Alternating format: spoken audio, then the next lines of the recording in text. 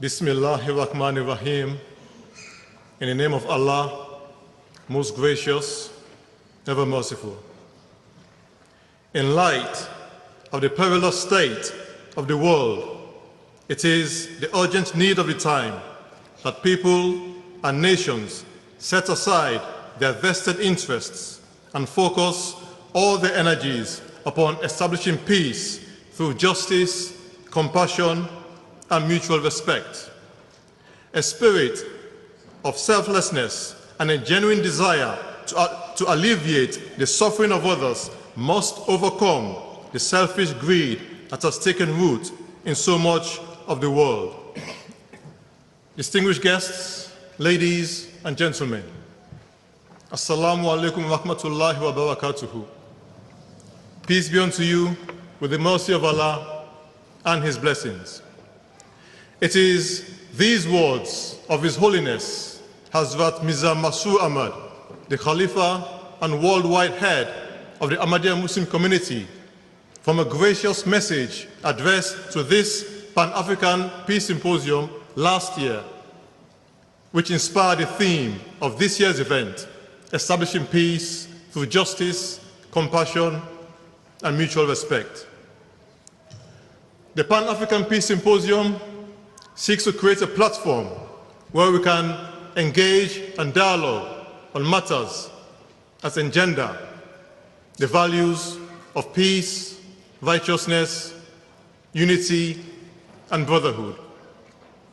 It aims at promoting the pristine message of Islam as taught by the holy founder of the Ahmadiyya Muslim community, Hazrat Mirza Ghulam Ahmad of Qadian, the promised Messiah of the latter days, whose advent was prophesied by the august founder of Islam, Hazrat Muhammad Mustafa sallallahu alaihi wasallam. May the peace and blessings of Allah be upon him.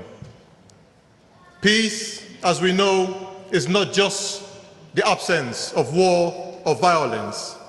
Peace, as explained by His Holiness, is the establishment of justice, compassion, and mutual respect, ideals which guard against conflict and friction, values which bring about the realization of universal brotherhood, conditions that can stand guard against all the contingencies to which life is subject. In this regard, the story is told of one of the greatest sons of Africa, who was born a slave and ended his life as one of the most revered personages in the annals of human history.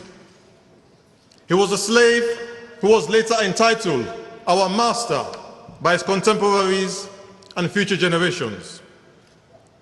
When he embraced Islam against the express wish of his evil and wicked master and refused to recant on the orders of his master, Bilal, that most distinguished and illustrious companion of the Holy Prophet Muhammad, was subjected to the most bitter and brutal persecution.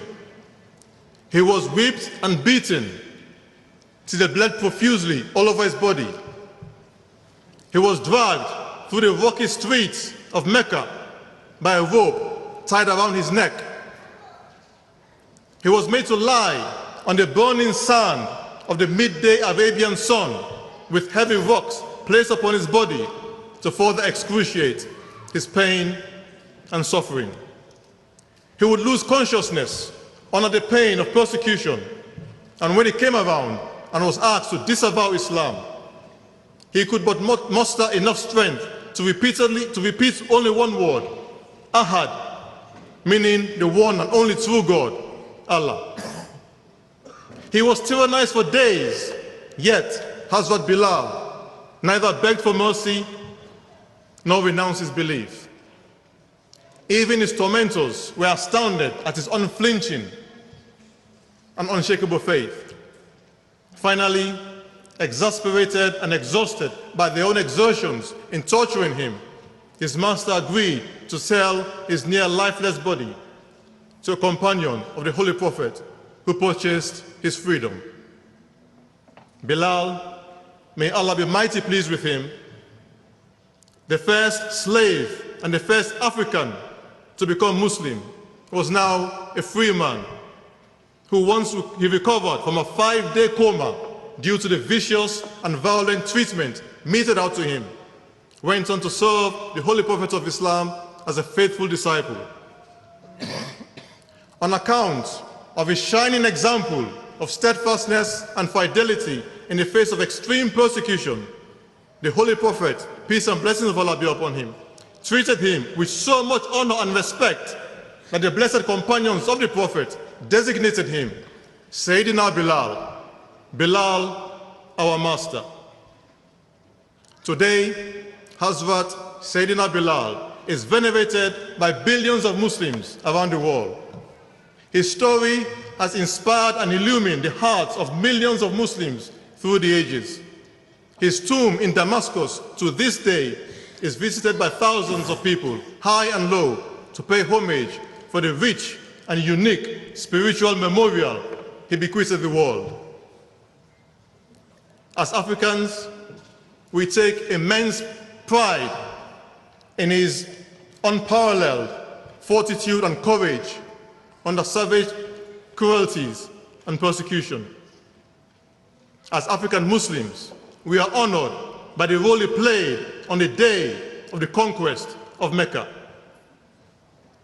On this glorious day in the history of Islam, when, following his 8-year exile to Medina, the Holy Prophet of Islam marched with 10,000 companions to peacefully take the city of Mecca, he prepared a standard and named it after Bilal, and charged none other than Sayyidina Bilal to march in front of it and announce to the chiefs and people of Mecca that if they chose to ask for amnesty and clemency, they will find asylum under the standard of Bilal, the very man who was the object of their utmost contempt and target of their heartless cruelties. This is how the Holy Prophet of Islam, may the peace and blessings of Allah be upon him, avenged the oppressed Bilal. It was an endearing and charming revenge that did not kill, yet was exacted. Sayyidina Bilal, may Allah be pleased with him, faithfully executed the orders of his beloved Prophet. He neither taunted nor tormented his erstwhile persecutors. On the contrary, he accorded them the utmost respect and dignity, which in turn won their admiration and approbation.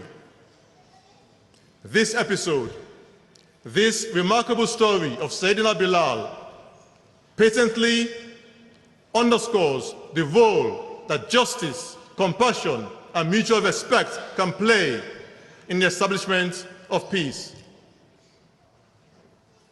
In this singular expression of wisdom by the Holy Prophet of Islam, justice was upheld, compassion was shown, mutual respect was cultivated, and peace was established.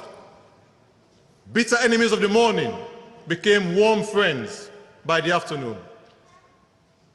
In today's world, therefore, a world rent asunder by conflict, strife, and warfare, a world beset with bigotry, prejudice, and ignorance, a world tainted by hatred, intolerance, and extremism.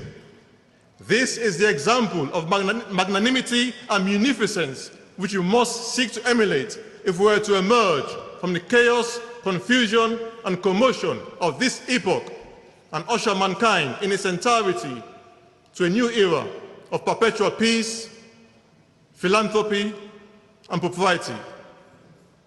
This is the example of beneficence and benevolence that this Peace Symposium seeks to inculcate. Distinguished guests, ladies, gentlemen, it is my pleasure and privilege to welcome you all to the Pan-African Peace Symposium 2019. Thanks for having me. Wassalamu alaikum.